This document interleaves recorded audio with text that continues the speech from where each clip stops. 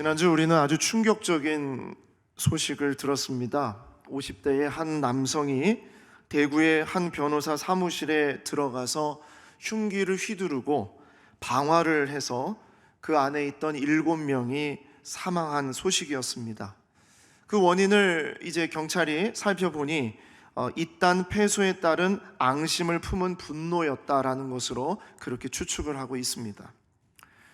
그리고 지난 5월 말에는 미국 텍사스의 한 초등학교에서 18살 되는 그 청소년이 총기를 난사해서 그곳에 있는 학생들을 비롯한 21명이 죽었습니다.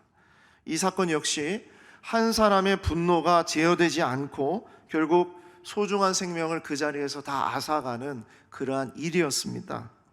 자신의 분노를 불특정 다수를 향한 폭력으로 표출한 것을 우리는 이렇게 보고 있죠.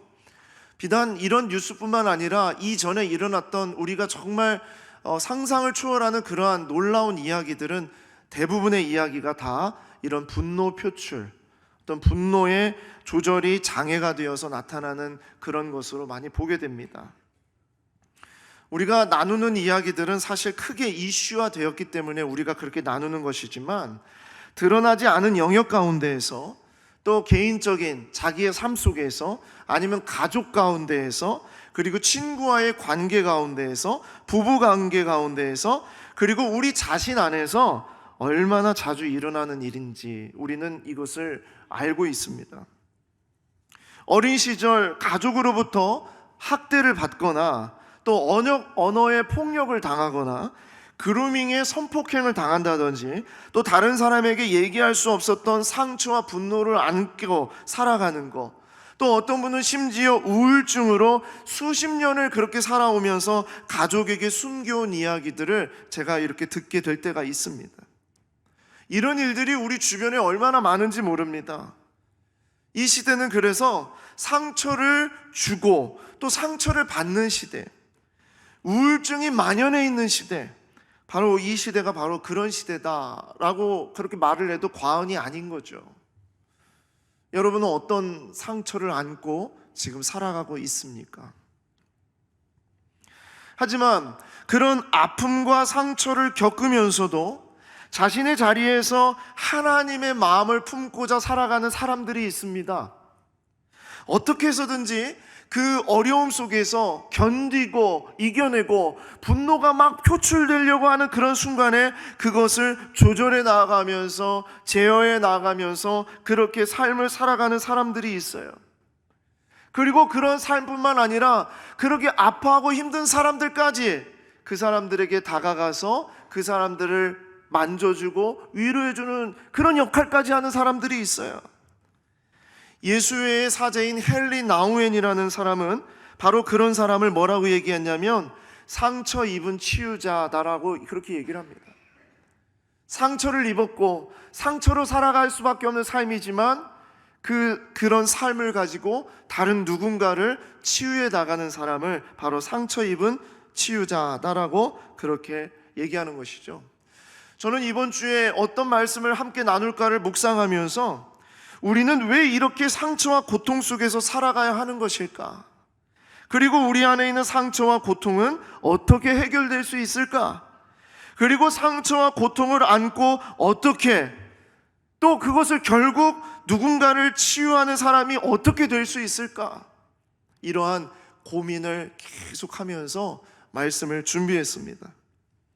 근데 이 말씀이 준비가 되면서 드는 생각이 무엇이냐면, 이러한 상처와 고통 속에 살아가는 그 사람이 어떤 다른 사람이 아니다라는 거죠.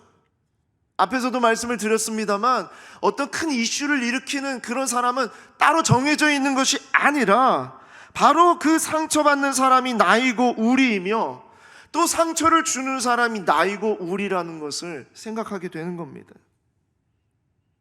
그래서 오늘 우리가 이 말씀을 우리가 들을 때에 우리의 마음의 빗장을 좀 풀고 우리가 이야기를 들었으면 좋겠습니다.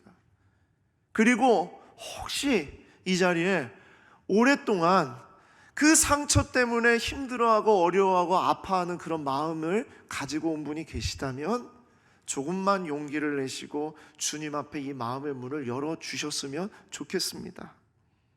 그래서 우리 하나님의 놀라운 만지심이 우리 모두에게 오늘 이 시간에 일어나기를 소망합니다. 이야기를 나누기 위해서 오늘의 주인공 요나단의 이야기, 요나단의 시대로 우리가 한번 가보도록 하겠습니다. 자, 우리는 요나단을 말할 때, 흔히 우리가 요나단을 말할 때 뭐라고 얘기를 하냐면 다윗과 요나단이라고 그렇게 얘기합니다. 그렇죠? 이 다윗과 요나단이라고 해야만 어울린다는 고정관념에 우리가 잡혀 있기 때문입니다. 근데 원래 이렇습니다. 요나단 앞에는 다윗이라는 단어가 꼭 들어가야 안정감이 있다라는 거예요. 근데 제가 말씀을 묵상하면서 요나단의 삶을 들여다보면서 놀라게 된 것은 다윗에게 있어서 요나단이 만약에 없었다면 다윗은 아마도 온갖 상처와 아픔 속에서, 세상을 향한 분노 속에서 그것 때문에 그의 삶이 무너지지 않았을까라는 그런 분명한 생각이 들었어요. 다윗은 그 젊은 시절에 사울 왕의 견제와 시기심으로 언제 죽임을 당할지 모르는 그런 상처를 받는 인생이었습니다. 그 어린 시절에, 그 힘든 시절에, 도망쳐야 되는 시절에 다윗의 곁에는 그런데 늘 요나단이 있었다는 거예요. 그리고 요나단은 늘 다윗을 사랑해 주었고요, 끝까지 다윗을 보호하고 세워주는 사람이었습니다. 그래서 오랜 뒤에 다윗이 왕이 된 다음에 요나단이 죽었다는 이야기를 듣게 되었을 때 요나단은 이렇게 슬퍼하면서 고백했습니다. 사무엘하 1장 26절 말씀입니다. 내 형 요나단이여, 그대가 나를 사랑함이 기이하여 여인의 사랑보다 더하였도다. 여인을 사랑하는 것보다 더 나를 뜨겁게 열정적으로 생명처럼 나를 그렇게 사랑했다는 고백입니다.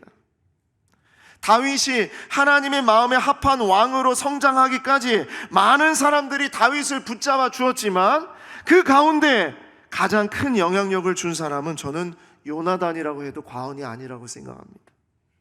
그래서 다윗과 요나단이 아니라 요나단과 다윗이라고 말하는 게 저는 맞다고 생각해요. 그리고 저는 이런 요나단을 만나고 여러분들에게 소개할 수 있어서 전 너무 지금 행복하고 기쁩니다. 자, 요나단은 어떤 사람이었는가? 요나단에 대한 간단한 그의 소개를 드리도록 하겠습니다. 요나단의 이름은 여호와께서 주셨다라는 의미입니다.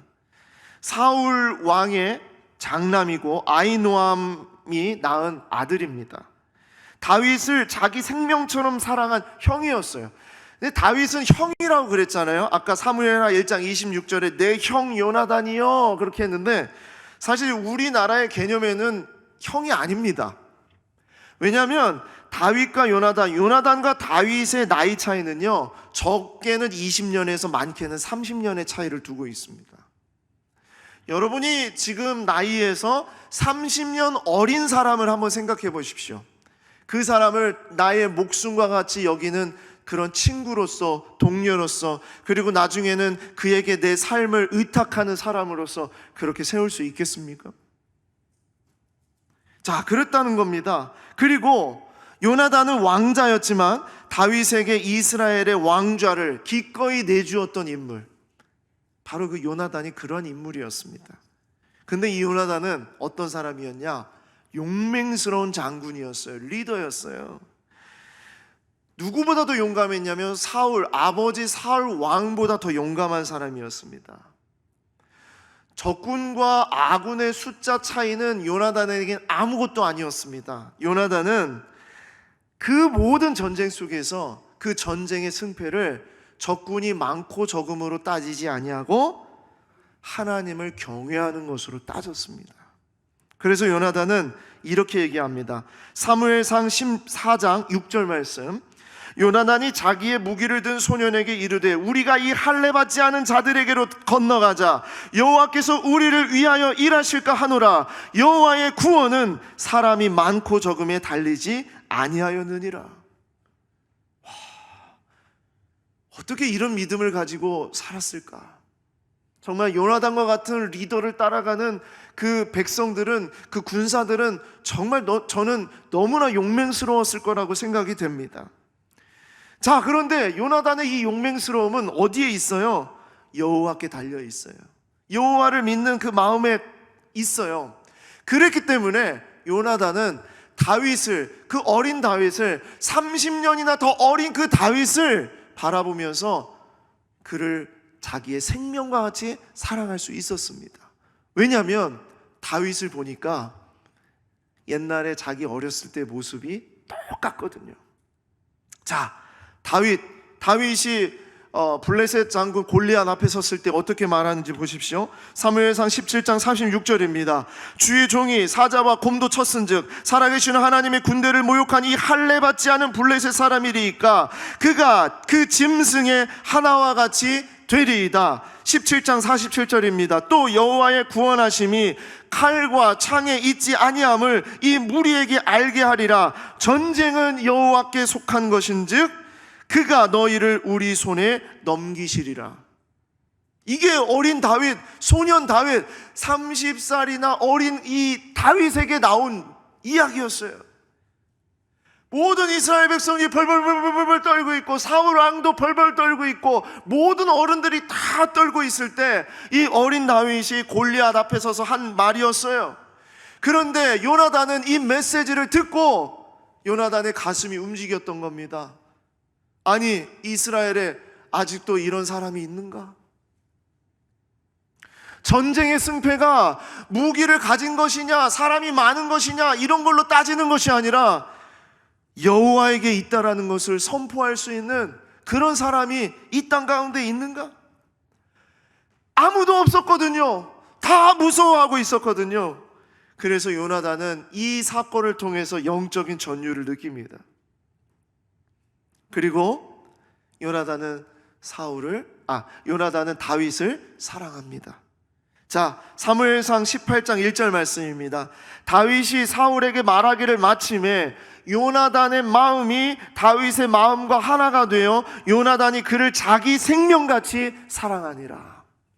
그때부터 나이가 많고 적고 그런 어떤 신분이나 어떤 그 나이나 이런 아무것도 따지지 아니하고 요나단은 다윗을 자기 생명같이 사랑했다라는 것입니다. 자, 이렇게 될 뿐만 아니라 이제 이 다윗이 얼마나 촉망을 받습니까? 요나단에게 사랑을 받을 뿐만 아니라 자기 아버지 사울에게도 사랑을 받게 되고요. 그리고 요나단의 여동생 미갈이 이 다윗을 사랑하게 되는 것을 알고 그리고 미갈이 다윗의 아내가 됩니다. 자, 사울, 그리고 아들 요나단, 딸 미갈 모두 다 다윗을 사랑하게 되었어요. 이 가족뿐만이 아닙니다. 이스라엘의 모든 백성들이 다윗을 사랑하게 되었습니다. 자, 이렇게 해서 이야기가 끝나면 참 좋겠는데 바로 문제는 이제 거기에서 이제 나타나게 되는 것이죠. 하지만 어느 날 사울의 속이 뒤집어지는 일이 벌어지게 됩니다.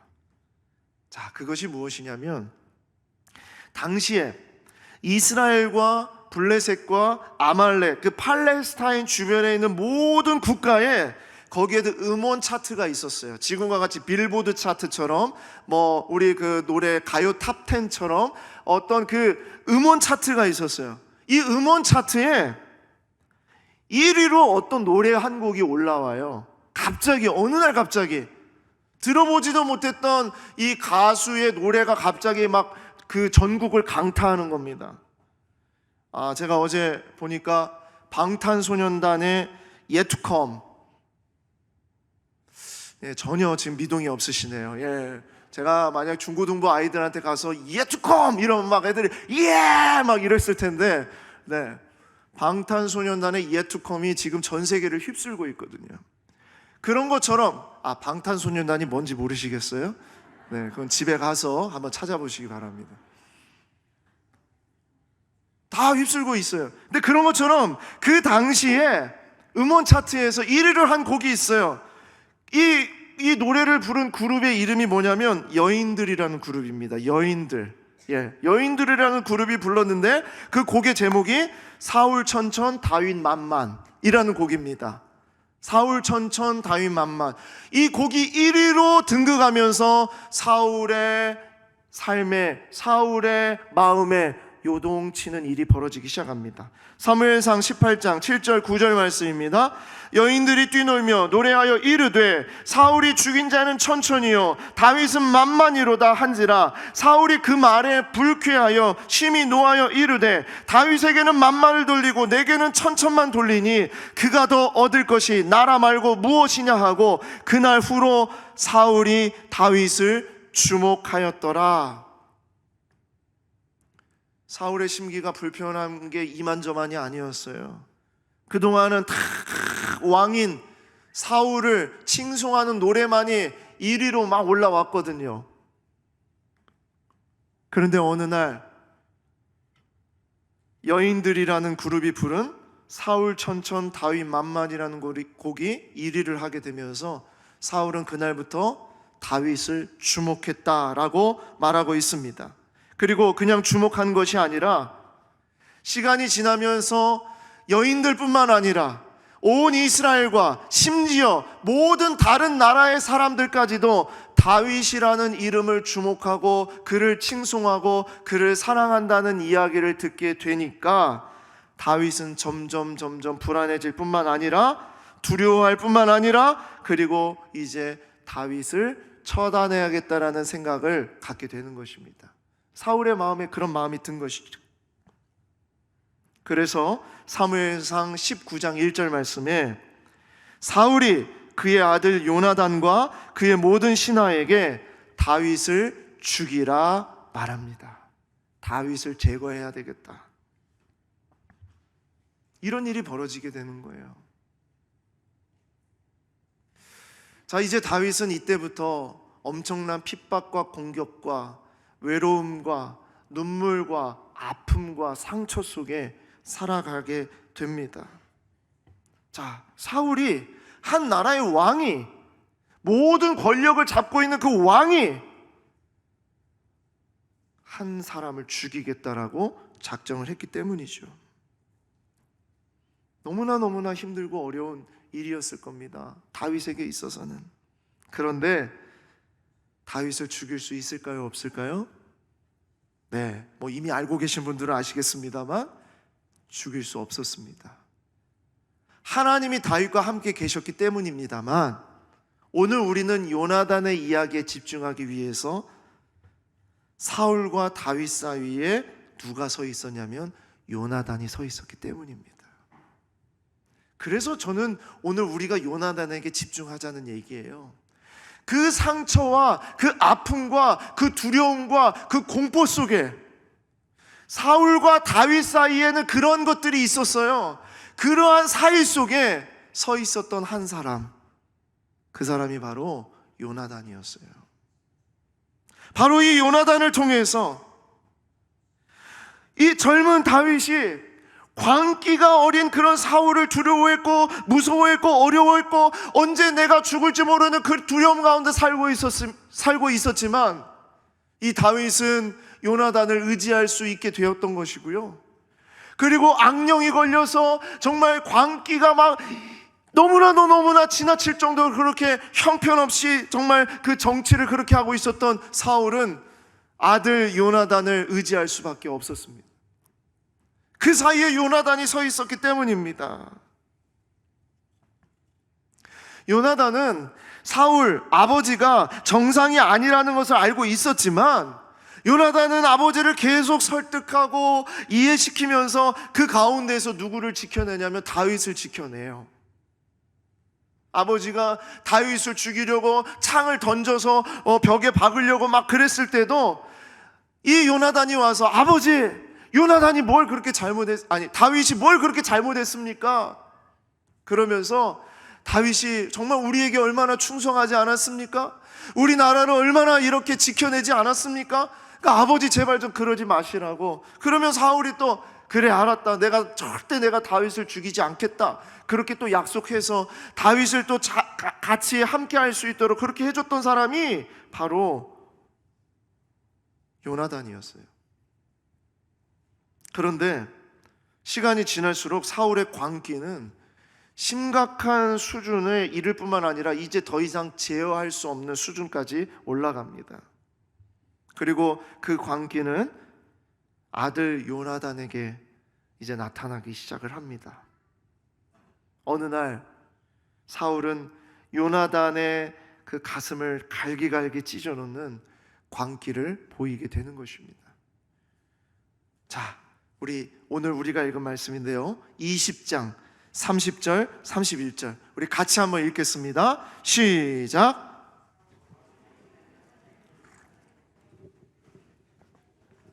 다시 읽겠습니다. 시작. 사울이 요나단에게 화를 내며 그에게 이르되 패형무도한 계집의 수생아, 내가 이새의 아들을 택한 것이 내 수치와 내 어머니의 벌거벗은 수치됨을 내가 어찌 알지 못하랴. 이새의 아들들이 땅에 산 동안은 너와 내 나라가 든든히 서지 못하리라. 그런즉 이제 사람을 보내어 그를 내게로 끌어오라. 그는 죽어야 할 자인이라 한지라. 자, 여러분, 자, 여기 패용무도한 계집의 소생아, 이게 사울이 요나단에게 했던 말입니다. 우리 성경으로는 이 말은요 되게 완곡하게 표현한 거예요. 패용무도한 계집의 소생아. 자, 그런데 다른 성경, 다른 번역본에는요 적나라하게 표현했습니다. 사실은 그게 맞습니다. 제가 강대상이라서 참 말씀드리기가 좀 그렇지만, 이것을 그 당시에 표현으로 말하면, 야, 미친놈아, 미친 자식아, 이 반역한 더러운 놈아, 이 몹쓸 화양년의 자식놈아, 이 악하고 거역하는 못된 계집의 자식아. 더 심한 표현도 있는데 제가 이게 그냥 제가 만들어낸 게 아니고 다른 번역본에는 이렇게 표현이 되어 있다는 거예요.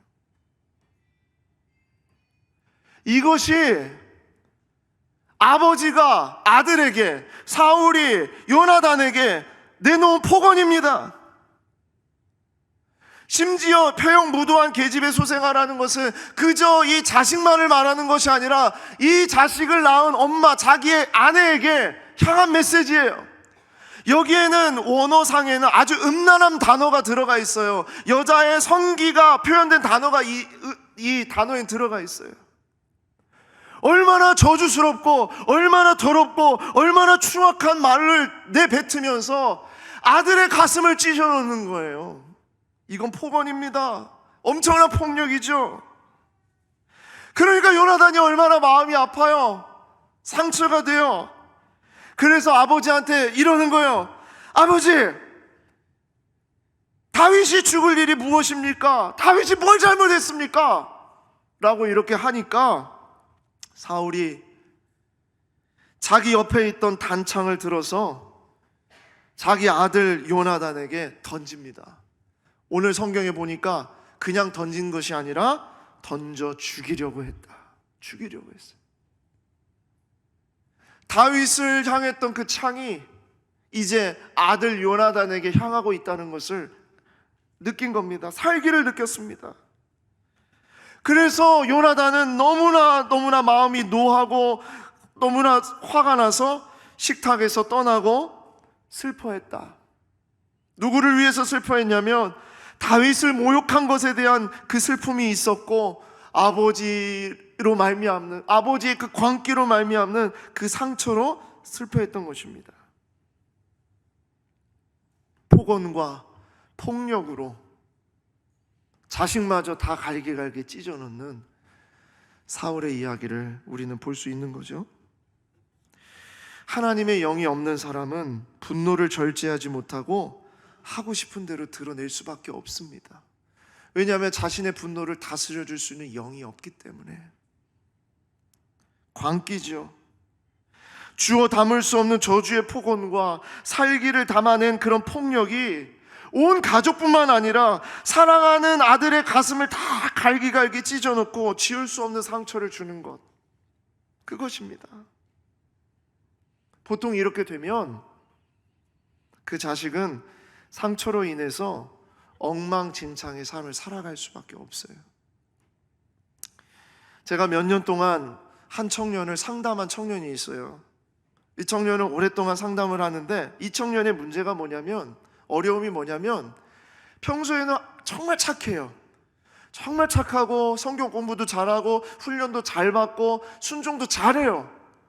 그런데 이 친구가 관계 속에서 뭔가 문제가 생긴다든지 누가 나를 의심하는 것 같다든지 듣기 싫은 말을 듣게 되면 그때부터 이 친구가 뒤집어집니다. 그리고 그 사람을 증오합니다. 그냥 증오할 뿐만 아니라 완전히 그 사람을 죽이고 싶은 마음으로 폭언과 폭력을 행사하면서 막 모든 자기 집에 있는 것도 던져버리고 막 이러면서 막 감당할 수 없는, 그러한 제어할 수 없는 그러한 존재가 되어 괴물이 되는 거예요. 그래서 이 친구를 몇 년 동안 계속 상담을 했어요. 상담했는데 본인의 연약함을 알아요. 그게 무슨 문제가 있는 건지, 그러면 안 된다는 건지 알아요. 그런데 상담을 하면서 알게 된 게 있어요. 그게 무엇인가 봤더니 어린 시절부터 자기 아버지가 그렇게 자기를 폭언과 폭력으로 대했던 거예요. 심지어 그것을 말리는 엄마를, 자녀들 앞에서 그 아버지가 엄마를 때리는 것을 어렸을 때부터 이 자녀들이 눈물을 흘리면서 그것을 보아왔던 거예요. 그래서 성인이 돼서 아무 문제가 없는 것 같았는데, 어른이 되어서 아무 문제가 없는 것 같았는데, 조금이라도 누군가가 나를 힘들게 하고 어렵게 한다는 것을 느껴지면 아버지가 생각이 나는 거예요. 그래서 그 분노를 주체할 수 없어서 누군가를 모욕 주고 막 공격하고 그 다음에 죽이려고 하고, 그리고 모든 물건을 막 집어 던지고 괴물이 되는 그런 것을 겪게 된 것을 알게 되었습니다. 다윗과 요나단, 요나단과 다윗은 그런 인생을 살 수밖에 없는 상황이었습니다. 특별히 요나단은 얼마나 정말 그 가슴이 찢어졌겠습니까? 얼마나 힘들었겠습니까? 그런데 요나단은 그렇게 엉망진창의 삶으로, 그렇게 분노에 의해서 무너지는 그런 삶으로 그렇게 살아가지 않는 거예요. 오히려 요나단은 그런 충격적인 상처와 분노를 겪게 되는 과정 가운데에서도 결코 무너지지 아니하는 세 가지의 모습을 보여주고 있는 것입니다. 이것은 정말 너무도 아름답고 강력하고 따뜻한 모습이었어요. 그래서 제가 이것을 여러분들과 나눠야 되겠다고 생각을 했어요. 그것을 뭐라고 이렇게 부르고 싶었냐면 바로 이것이 요나단의 심장, 사자의 심장, 바로 요나단의 심장이라는 거예요. 제목을 잡을 때 요나단의 마음, 처음에는 이렇게 생각했어요. 근데 마음이라는 게 그렇게 와닿지가 않아. 그래서 이건 아니야. 이건 요나단의 가슴에서 막 두근두근 막 뛰어다니는 바로 심장이다. 이건 요나단의 심장이다. 이렇게 이름을 잡고 싶었어요. 그리고 이것이 바로 이 거친 세상 속에서, 상처가 가득한 이 세상 속에서 서 있는 우리 하나님의 자녀들이 가질 수 있는 심장이지 않을까라는 생각을 갖고 이 말씀을 가지고 왔습니다. 자, 오늘 말씀 속에 나타난 요나단의 심장은 어떤 심장인가? 자, 우리 한번 같이 보겠습니다. 첫 번째, 요나단의 심장 같이 읽겠습니다. 시작. 하나님의 사람을 존귀하게 바라보는 심장. 네, 하나님의 사람을 존귀하게 바라보는 심장이었어요, 요나단은. 42절에 보니까 요나단이 다윗에게 이르되 평안히 가라 그랬습니다. 다윗을 보내는 겁니다. 보내는데 평안히 가라, 염려하지 마라, 내가 너를 끝까지 지킬 것이다, 그 얘기예요. 다윗은 두려움 속에서, 다윗은 어려움 속에서, 언제 내가 죽을지 모르는 그런 염려 가운데에서 있었지만 요나단은 다윗을 평안히 보내줍니다. 염려하지 말라고 보내줍니다. 요나단은 모든 것이 무너지고 풍비박산난 마음을 가졌지만 다윗을 평안으로 보내줍니다. 이것이 하나님을 사랑하는 사람의 모습이에요. 하나님의 사람을 존귀하게 바라보는 모습이에요. 함께하고 있는 사람들을 끝까지 지키는 모습이에요. 절대로 함부로 대하지 않습니다. 왜냐하면 하나님을 사랑하는 사람은요, 하나님의 마음이 누구를 향하고 있는가를 아는 사람이거든요. 우리가 생각할 때 요나단이 다윗한테만 그렇게 잘해준 거 아닙니까? 다윗에게만 그런 심장을 가진 건 아닙니까? 그렇게 말할 수 있습니다. 그런데 그렇지 않습니다. 끝까지 자기에게 상처를 준 아버지를 붙잡습니다. 아버지를 붙잡아요. 요나단은 아버지가 광기가 있고 아버지가 지금 정상이 아니라는 거 알고 있어요.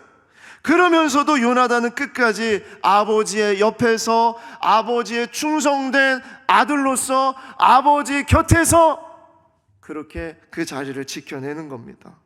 요나단은 사람을 존귀하게 여겼습니다. 특별히 함께하는 사람들을 존귀하게 여겼어요. 이런 사람들이 있어요. 저 사람 어때? 라고 물어보면 꼭 그 사람은 이거 좋아. 꼭 저 사람 어때? 물어보면 그 사람은 이게 좋아. 좋다고 얘기하는 사람이 있어요. 그래서 객관적인 판단을 그 사람한테 물어보지 않으려는 그런 것이 있습니다. 근데 하나님을 사랑하는 사람들이 보통 다 그래요. 보통 저 사람 어때? 저 사람은 이게 장점이야. 저 사람은 이런 가능성이 있어. 왜 이렇게 얘기하는지 아세요? 왜냐하면 하나님을 사랑하는 사람은요, 나 같은 사람도 하나님이 사랑해 주셨는데 저 사람은 하나님이 얼마나 사랑하실까라는 마음을 갖기 때문입니다. 그래서 나의 눈으로 그 사람을 바라보는 것이 아니고요, 하나님의 눈으로, 하나님의 심장으로 그 사람을 바라보는 거예요. 그래서 어떤 사람은요, 자꾸 나쁜 말만 해요. 그 사람은 이게 못됐어, 저 사람은 저게 못됐어, 자꾸 나쁜 말만 하는 사람이에요. 그 사람의 마음속에 나쁜 마음이 가득해요. 가득한 거예요. 근데 하나님의 마음을 가진 사람은 그 사람의 좋은 점이 뭔지를 그걸 찾으려고 하는 사람이에요. 그것을 지켜주려고 하는 사람이에요. 그게 요나단이었어요. 저는 요즘에 참 마음이 너무나 힘들었던 적이 있습니다. 최근에 우리와 함께 일하고 계셨던 집사님이, 우리 관리 집사님이 일을 그만두게 되면서 처음에는 집사님이 이제 떠나셔야 되니까, 가셔야 되니까 그분을 우리가 축복해드리고 그렇게 보내자라는 마음으로 그냥 보내드렸는데, 몇 주간 동안 뭔가 모르게 마음이 막 우울해지고 힘들어지고 막 어려운 그런 마음들이 막 생기는 거예요. 정말 좋은 분이었는데 보냈구나, 막 이런 생각인 거죠. 이런 말이 있잖아요. 든 사람은 몰라도 난 사람은 안다. 함께 있을 때는 몰랐는데 떠나니까 참 좋았더라 라는 분들이 있잖아요. 그렇죠? 여러분 옆에 있는 사람을 여러분 정말 존귀하게 바라보시기를 바랍니다. 지금 그런 얘기를 해주셔야 돼요.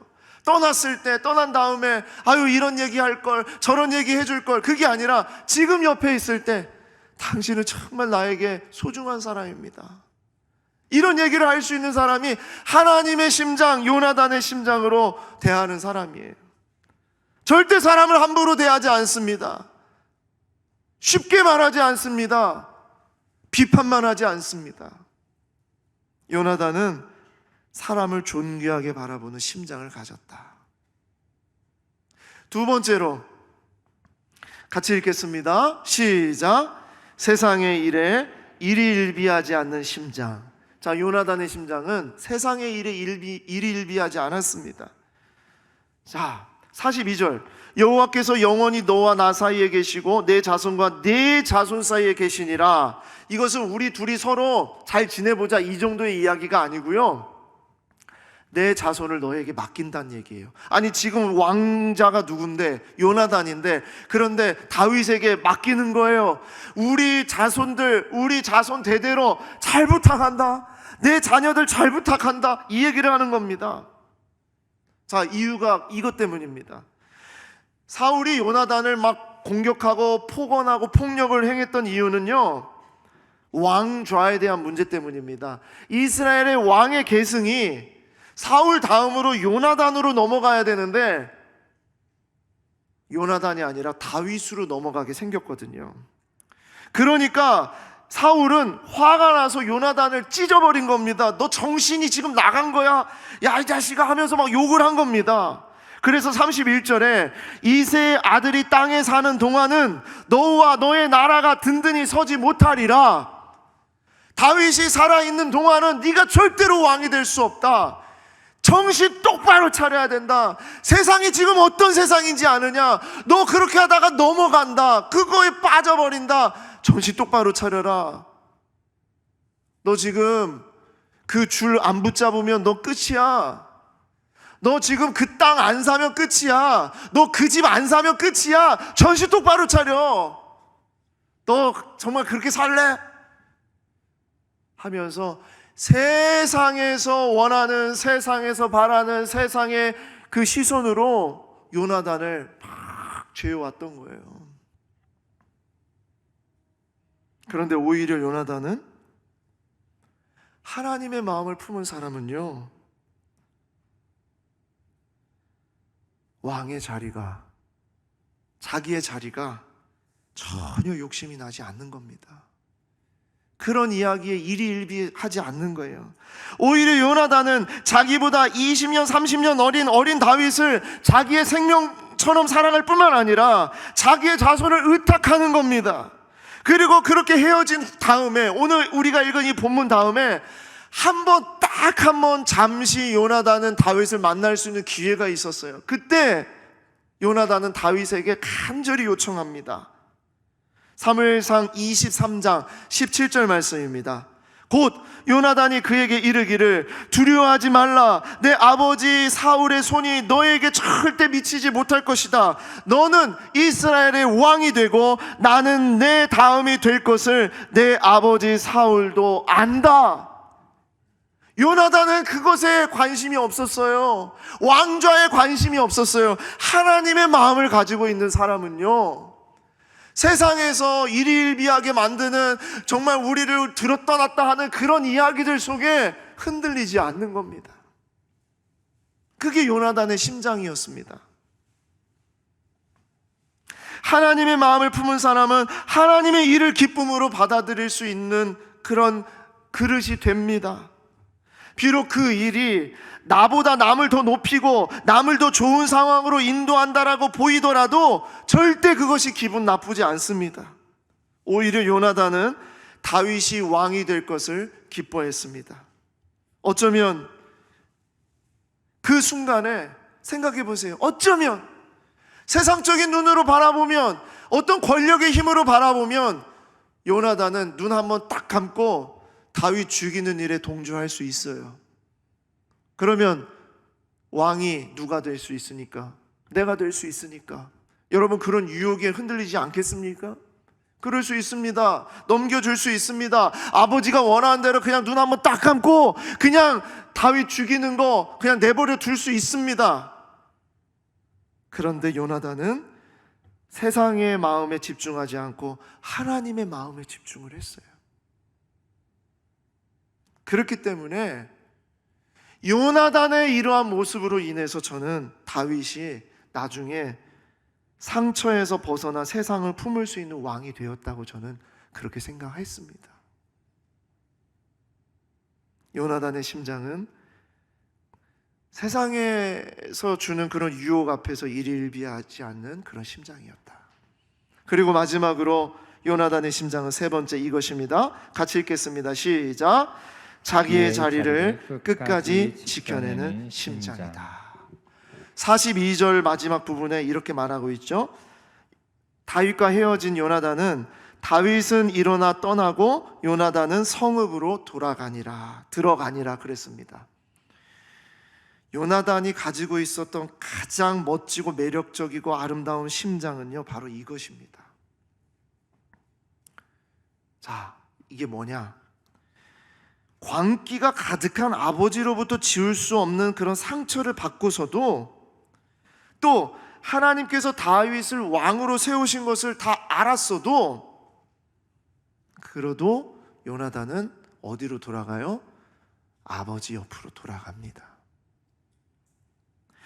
여러분, 만약 요나단이 진짜 정말 내가 만약 요나단이었으면 그냥 그 자리에서 사울 왕을 아버지로 생각하지 않고 그냥 그 자리에서 요나단은 내가 요나단이었으면 다윗을 따라가는 게 맞습니다. 다윗을 따라가야죠. 앞으로의 왕은 다윗인데 하나님이 다윗을 왕으로 세웠다는 것을 분명히 알겠는데, 그러면 다윗을 따라가야죠. 다윗과 함께 해야죠. 그래서 다윗을 끝까지 지켜서 다윗과 함께 오래오래 이스라엘을 다스리는 자가 돼야죠. 그런 마음 들지 않겠습니까? 그런데 요나단은 다윗을 보냅니다.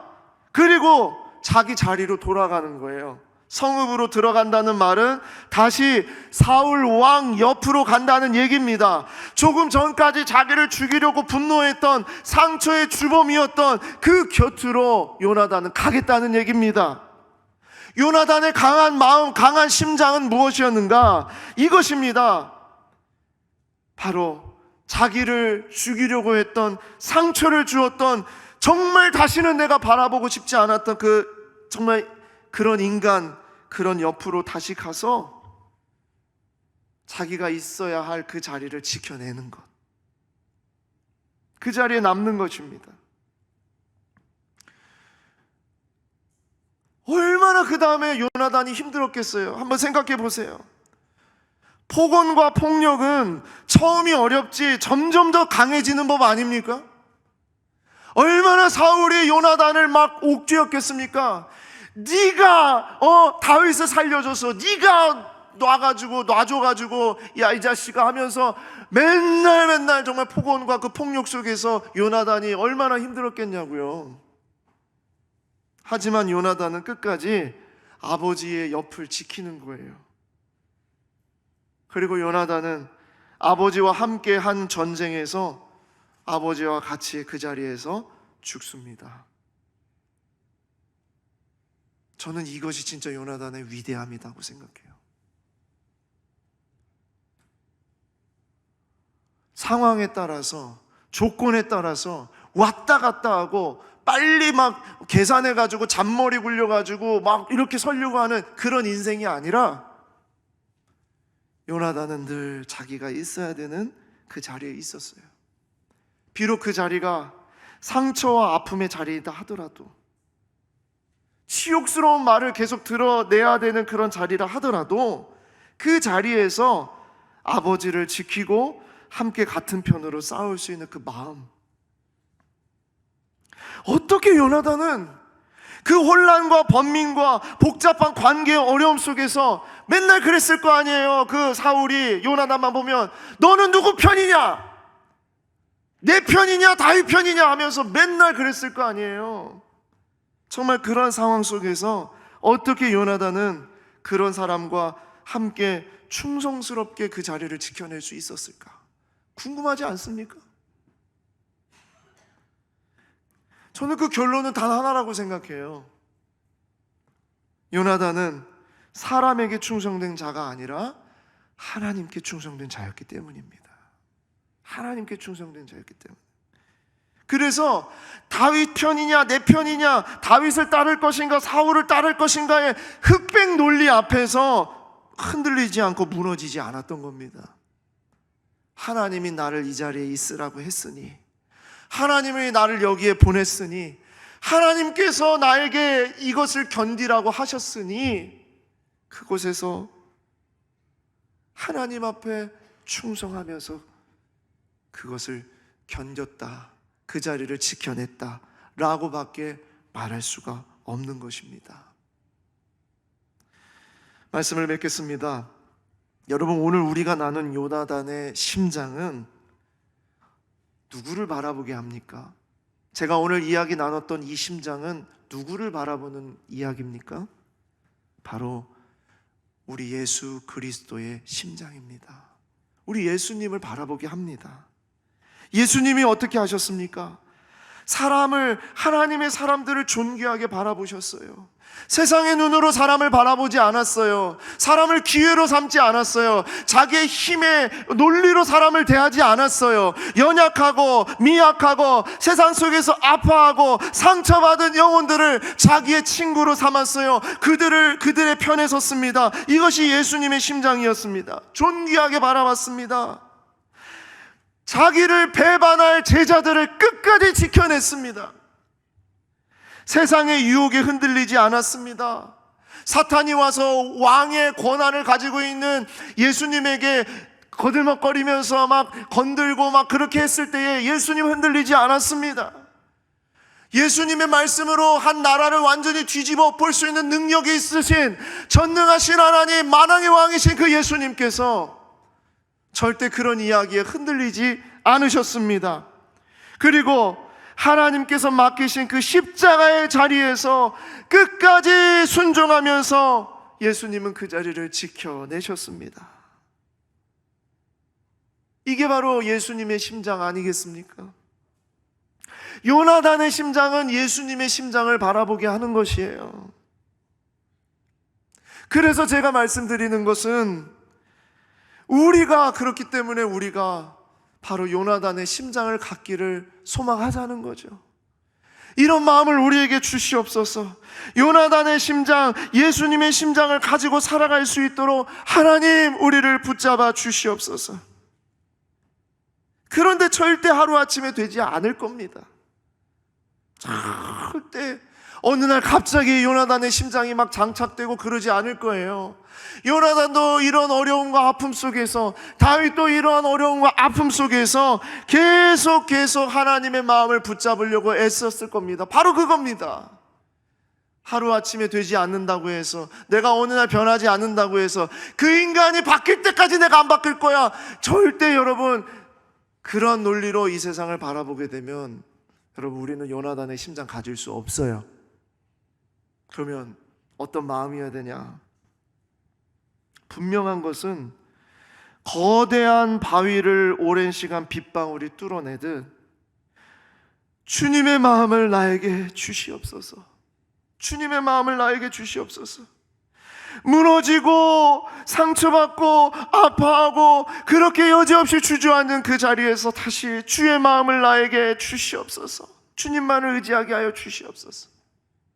또 내가 누군가를 상처 주고 아프게 만들고 힘들게 만들고 그 사람을 완전히 찢어놨다고 한다면 주님 나에게 주의 마음을 주셔서 그에게 다시 다가가고 용서를 구할 수 있도록 인도하여 주시옵소서.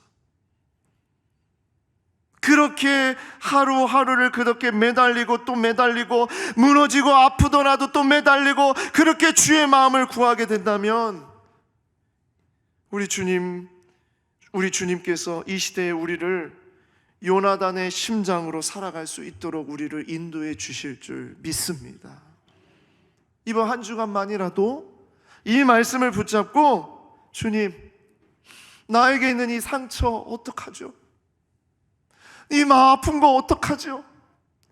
정말 그 인간 정말 바라보기도 싫고 너무나 싫은데 어떡하죠? 그 마음을 가지고 주님의 마음을 나에게 주시옵소서. 주의 마음을 나에게 주시옵소서. 그렇게 간절하게 매달리고 그렇게 하면서 다시 또 일어나고 무너지면 또 다시 일어나고 넘어지면 또 다시 일어나고 그렇게 하면서 주님 앞에 주의 마음 나에게 주시옵소서. 살아갈 때 우리 주께서 우리의 마음에 요나단의 심장을 가질 수 있도록 인도해 주실 줄 믿습니다.